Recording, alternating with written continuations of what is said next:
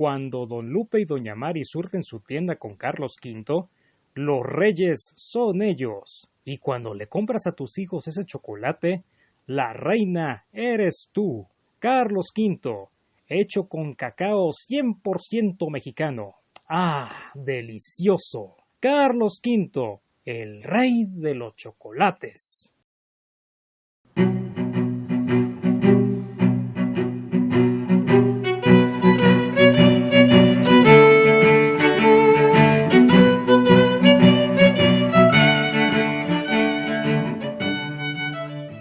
En 1492 Cristóbal Colón descubrió el continente americano, marcando un antes y un después en toda la historia mundial. Tal hazaña fue posible gracias al respaldo de los reyes católicos, Isabel I de Castilla y Fernando II de Aragón, quienes también son famosos por finiquitar la reconquista de la península ibérica. Esto como parte de una política expansionista, que los llevaría a unificar España y a tratar de meter su influencia en Italia. Como parte de esta política, Isabel y Fernando buscaron hacer alianzas con otros reinos, como el Sacro Imperio, por ejemplo. Y como estas alianzas se hacían mediante matrimonios arreglados, los reyes católicos decidieron casar a sus hijos Juan y Juana con los hijos de Maximiliano I, el emperador del Sacro Imperio, Margarita y Felipe. De estos dos enlaces, solamente uno daría frutos, el de Juana y el de Felipe, debido a que Juan se murió sin dejar descendencia. Juana y Felipe tuvieron 6 hijos: Isabel, Leonor, Carlos, María,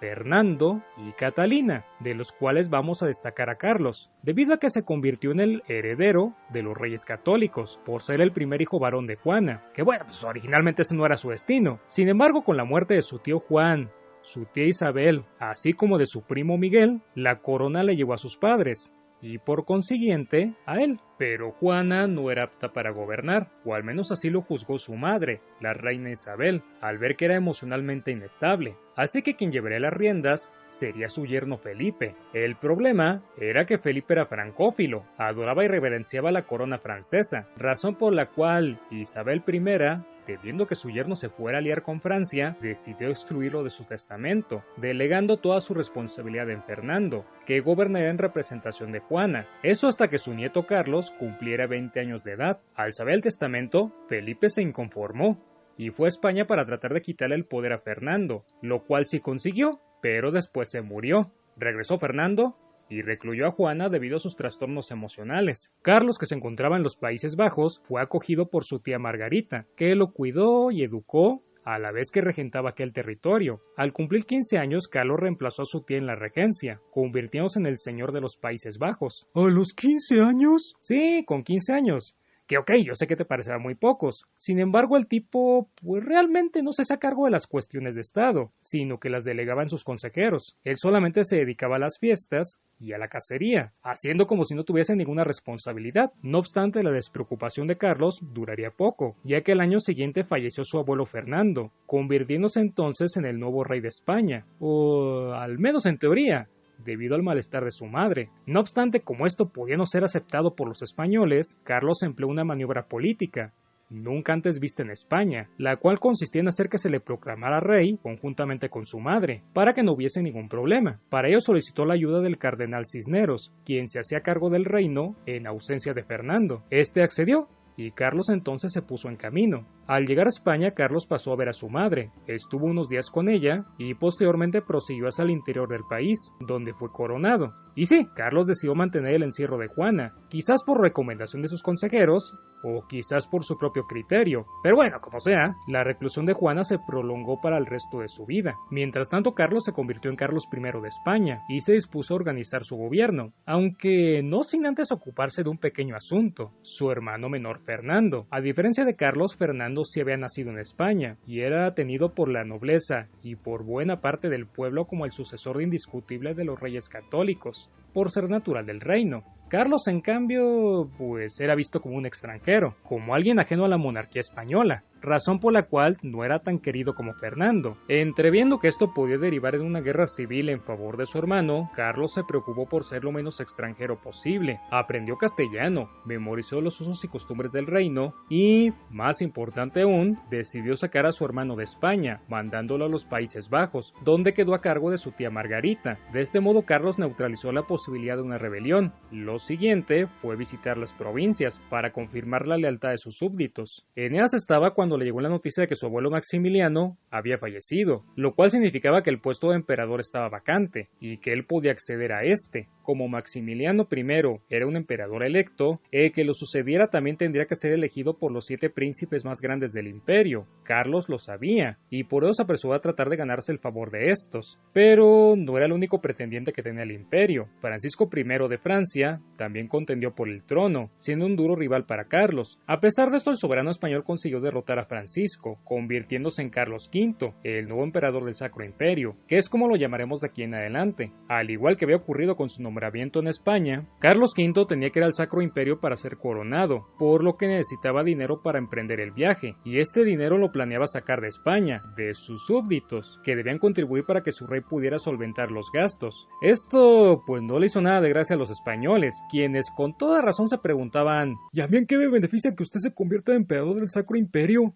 Eso queda re lejos. No, mejor ocúpese de las cuestiones españolas, que más falta nos hacen. Viendo que los súbditos no estaban dispuestos a colaborar, Carlos V les aseguró que resolvería las cuestiones nacionales, pero después de realizar su viaje al Sacro Imperio, y estos de vuelta le dijeron que no. Entonces Carlos V los presionó y los presionó, hasta que estos aceptaron otorgarle el dinero. Y así fue como Carlos V realizó su viaje al Sacro Imperio, haciendo una pequeña parada en Inglaterra, para entrevistarse con Enrique VIII, soberano de aquel país y esposo de su tía Catalina. Pero aquella no era una visita familiar, sino política. Y es que a raíz de la elección de Carlos, Francisco I se enemistó con este, y comenzó a buscar aliados que le ayudasen a fastidiarlo. Uno de esos posibles aliados era Enrique VIII, de ahí la necesidad de visitarlo para tratar de jalarlo hacia su bando. Y esta estrategia resultó, o al menos de momento, pues Enrique reconoció las ventajas de tener una alianza con Carlos V, y aceptó celebrar una segunda reunión, ahora en el continente. Ya más tranquilo, Carlos continuó con su camino. Al llegar al Sacro Imperio, convocó a los Estados Generales para pedirles dinero. Después se encaminó a la ciudad de Aquisgrán, donde se encuentra la tumba de Carlomagno. Ahí fue coronado, y Europa tuvo un nuevo emperador. Emperador que, bueno, más que ventaja se había ganado un montón de problemas al recibir el título. Para comenzar estuvo la cuestión comunera, insurrección que se dio por el descontento español. A nadie le hizo gracia que el rey se fuera a atender asuntos externos, en lugar de resolver las problemáticas de España. Y con dinero español, que era lo peor de todo. Así que, más pronto que tarde se comenzaron a dar las primeras rebeliones. En un principio Carlos V no se preocupó demasiado por esta cuestión. Sí, mandó instrucciones para que se aplastase la rebelión, pero digamos que esto no lo quitaba el sueño. Sin embargo, todo cambió cuando los comuneros alcanzaron Tordesillas, el lugar donde se hallaba recluida su madre, Juana, e intentaron convencerla de que se plegara a su causa. Carlos V entonces supo que tenía que actuar rápido y ponerse más enérgico. Así lo hizo, y en poco tiempo comenzó a doblegar a los comuneros, derrotándolos finalmente y pacificando el territorio español. En segundo lugar estuvo la cuestión de Martín Lutero. Martín Lutero era un monje católico que inició en Alemania un movimiento revolucionario conocido como la Reforma Protestante. En ella Lutero se quejaba de la Iglesia Católica por considerar que se había alejado de las enseñanzas de Cristo y en consecuencia proponía reformar toda la religión cristiana, lo cual provocó la ira del Papa León X, quien le exigió a Carlos V que aplacara el movimiento de Lutero. Lutero era súbdito del Sacro Imperio, de ahí la exigencia del Papa. Sin embargo, había algo más en la petición del pontífice. El Papa no estaba muy conforme con la elección de Carlos, porque él ya contaba con posesiones en Italia, herencia de los reyes católicos. A criterio del Papa, si Carlos ganaba aún más poder, pues bien podría animarse a intervenir más en la península itálica, lo que pondría en peligro la independencia del Vaticano. Por eso no le caía en gracia que el nieto de Maximiliano ahora fuese emperador. A Carlos V no se le pasaba este detalle, y rápidamente convocó a Lutero para tratar de disuadirlo por las buenas, y así evitar que León X empezara a conspirar contra él. Además, pues bueno, tenía que velar por la religión católica, porque era la de sus antepasados, y no sería bien visto que éste no hiciera nada. Mas las intenciones de Carlos se vieron frustradas, porque Lutero no se retractó, empeñándose aún más en su reforma. Esto disgustó bastante a Carlos V, pero como antes había dado garantías de que no iba a castigar a Lutero, pues tuvo que dejarlo ir, aunque eso sí, prohibió el movimiento de Lutero, para que no continuara extendiéndose, cosa que a la larga tampoco resultaría, y Carlos tendría que batallar contra el protestantismo. Finalmente estaban Francia y Turquía, enemigos que Carlos se había echado encima por recibir el Sacro Imperio, el primero por venganza y el segundo porque hostilizaba el oriente europeo. No, pues qué bonita la herencia de Carlos, pero como él solito fue el que la quiso asumir, pues... Y tras el episodio con Lutero, Carlos V regresó a España para castigar a los comuneros y para preparar la defensa de su reino, ya que Francia no tardaba en atacar, y así lo hizo. Pero Carlos supo rechazarla en todos los frentes, tanto en el español como en el italiano. Porque Francisco también amenazó las propiedades que Carlos tenía en Italia, y no solamente mandó tropas, sino que él mismo las comandó, como queriendo asegurarse de que las cosas iban a salir bien. No obstante, las fuerzas de Francisco fueron derrotadas en Italia, y cayó prisionero, siendo trasladado a Madrid y presentado ante Carlos V, quien lo obligó a firmar la paz. Viendo que no tenía otra opción, Francisco I aceptó y posteriormente fue puesto en libertad, o mejor dicho, fue intercambiado por 2 de sus hijos, que se quedarían como rehenes en lugar de su padre, porque Carlos V no se fiaba del todo de Francisco, y pensaba que pues podría no respetar el acuerdo, y tuvo razón. Más pronto que tarde Francisco I se olvidó de la promesa que le había hecho a Carlos V, y de nuevo arremetió contra sus posesiones en Italia. La cosa es que Francisco no estaba solo, ahora el soberano francés había formado una alianza con Enrique VIII de Inglaterra, con Clemente VII, el nuevo papa, y por increíble que parezca, con Solimán el Magnífico, el sultán de Turquía, que atacó la parte este del Sacro Imperio. Viendo que Francisco había faltado a su juramento, Carlos V destinó tropas a Italia y al Sacro Imperio, donde se encontraba su hermano Fernando. Aquí es cuando tiene lugar uno de los episodios más bochornosos en la vida de Carlos V, ya que luego de derrotar a las tropas francesas y pontificias, sus hombres cayeron sobre Roma, la saquearon y capturaron al Papa, para sorpresa de Carlos V. ¡Qué escándalo! ¿Cómo que un rey que dice llamarse católico la agarra contra el Papa? ¡No! ¡Qué horror! Y el tipo, intentando arreglar todo el desmán que habían hecho sus fuerzas, mandó liberar al Papa, se disculpó con todos los católicos de Europa e intentó llegar a un acuerdo con Clemente VII. Para fortuna de Carlos V, Clemente aceptó sus disculpas, y lo que es más, hicieron un pacto que concluyó con la coronación de Carlos por parte del pontífice. Ahora Carlos V tenía el visto bueno del Papa, por lo cual nadie en toda la cristiandad podía poner en entredicho su fidelidad hacia la religión. Para esta coronación Carlos V tuvo que viajar a Italia, pero además de recibir el título, también se dedicó a pacificar aquella región, en parte porque tenía propiedades ahí, y en parte por petición del Papa, tarea que consiguió a semejanza de lo que había hecho en España. Dominada la península itálica, se dispuso a regresar a Iberia. Sin embargo, no lo hizo, porque sus deberes en el Sacro Imperio requerían de su presencia. Ahí el protestantismo continuaba expandiéndose, dándole inestabilidad al centro y oriente de Europa, que, recordemos, seguía amenazado por las tropas de Solimán. Intentando resolver el asunto, Carlos V se reunió con varios príncipes alemanes, que habían abrazado al protestantismo, para hacerles cambiar de opinión, pero como le había pasado con Lutero, estas pláticas fueron inútiles, y Carlos V tuvo que contentarse con simplemente seguir condenando el protestantismo. Por otro lado, la guerra contra Francia le dio un respiro, pues antes de que el Papa lo coronase, se negoció la paz entre ambas potencias, todo gracias a la intervención de su tía Margarita, que pudo concertar un acuerdo con la reina madre de Francia, Luisa de Saboya. Además de esto, la tía de Carlos también pudo negociar con Inglaterra, despejándole bastante el panorama a su sobrino. Lamentablemente, la tía Margarita se murió cuando Carlos se encontraba en el Sacro Imperio, y este la reemplazó con su hermana María, para que gobernase los Países Bajos. ¿Por qué con su hermana María? Pues porque necesitaba a alguien de su entera confianza para que lo representase en aquel sitio. ¿Y qué mejor que un familiar? Operación similar a la que realizó en España, con su esposa Isabel, y en el Sacro Imperio con su hermano Fernando, al que convirtió en el rey de los romanos. Antes de continuar, debemos hablar un poco de la vida familiar de Carlos V, ya que el hombre contrajo matrimonio con la princesa Isabel de Portugal en 1525, siendo la única esposa que éste tuvo durante toda su vida. Con ella procreó 6 hijos, de los cuales sobrevivieron 3, Felipe, María y Juana, llamados haciendo honor al padre, la madre y la hermana de Carlos V.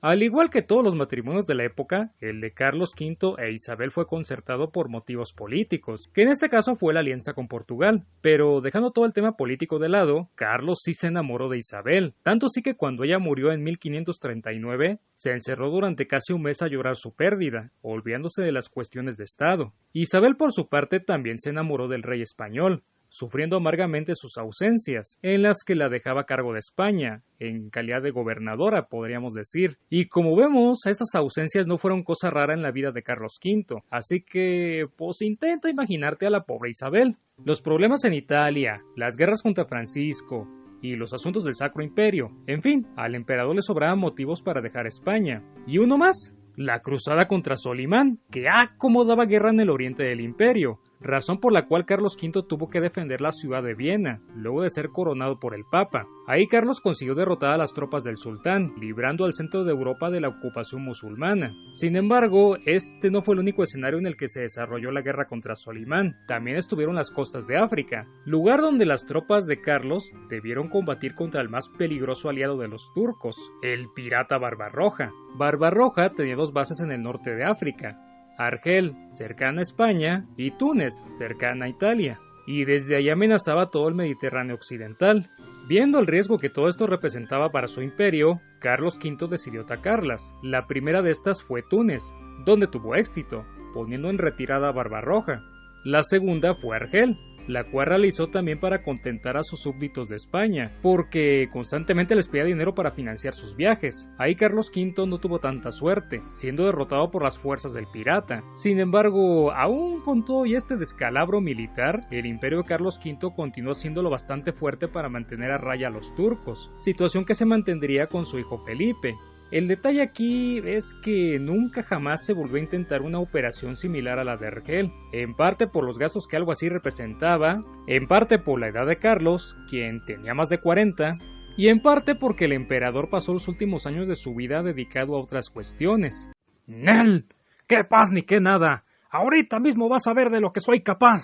¡Viejo cara de perro! Francisco I otra vez volvió a guerrear contra Carlos V, y no una, sino 2 veces. La primera por atacar al duque de Saboya, aliado de Carlos, y cuyos dominios estaban próximos a Italia. Carlos, quien recién regresaba de la empresa de Túnez, supo del riesgo que esto representaba para su imperio, y por ello decidió actuar, para castigar la osadía de Francisco. Sin embargo, esta maniobra no logró tener el éxito que Carlos quería, ya que apenas si pudo hacerle daño a Francisco, esto debido a que se defendió bien. La situación entonces tuvo que ser resuelta por intervención del Papa, quien logró mediar entre ambas partes, consiguiendo que éstas firmasen una tregua de 10 años, década que sin dudas hubiera sido aprovechada por Carlos para resolver las otras problemáticas que tenía. No obstante, Francisco eligió terminar la tregua mucho antes de lo acordado, poniendo como pretexto la muerte de 2 de sus embajadores en Italia. A Carlos lo responsabilizaba de estos crímenes, y por eso volvió a agarrar las armas. Carlos, que ya para entonces deseaba acabar con Francisco de una vez por todas, le respondió de la misma manera, y otra vez se hizo la guerra entre ambos rivales. Al final la victoria fue para Carlos, quien incluso logró poner bajo alerta a la ciudad de París. Ya derrotado, Francisco decidió hacer las paces con Carlos, y por enésima vez se inició un periodo de tregua entre ambos monarcas, pero este sería el definitivo, ya que Francisco moriría en 1547, heredando el trono a su hijo, Enrique II, que pues no tenía el mismo ímpetu bélico que su padre, por lo cual no le hizo la guerra a ¿A qué? ¿Que sí se la hizo? ¿Que salió con los alemanes? ¿Cómo?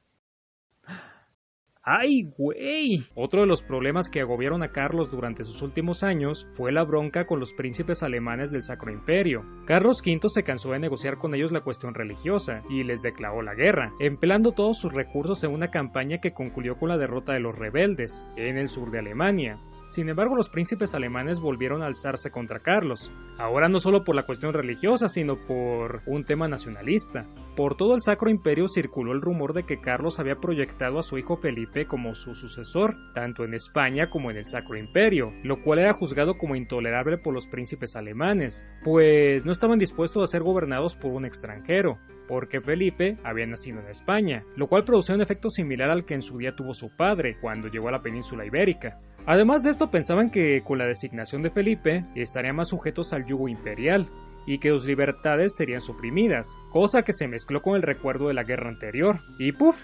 nació la rebelión. Y aquí es donde entra Enrique de Francia, pues los príncipes alemanes buscaron tener su apoyo en esta insurrección. Al principio el tipo desconfió de los alemanes y no se metió a pelearse contra Carlos. No obstante, todo cambió cuando los alemanes le propusieron convertirse en el rey de los romanos, si resultaban victoriosos. Y ahí sí, Enrique II le declaró la guerra a Carlos V, por ambicioso. De esta última contienda, Carlos saldría con resultados bastante ambiguos, pues por un lado pudo concertar la paz con los príncipes alemanes, logrando incluso que estos deshicieran su arreglo con Francia. Pero por el otro, no consiguió ninguna victoria decisiva sobre Enrique II, quedando prácticamente impunes las agresiones de este. Sin embargo, paralelamente ocurrió algo fortuito para Carlos, la muerte del joven rey inglés Eduardo VI, hijo de Enrique VIII, y el ascenso de María Tudor, soberana cuyos ideales estaban en sintonía con los de Carlos, y que además era soltera. ¡Ah, caray!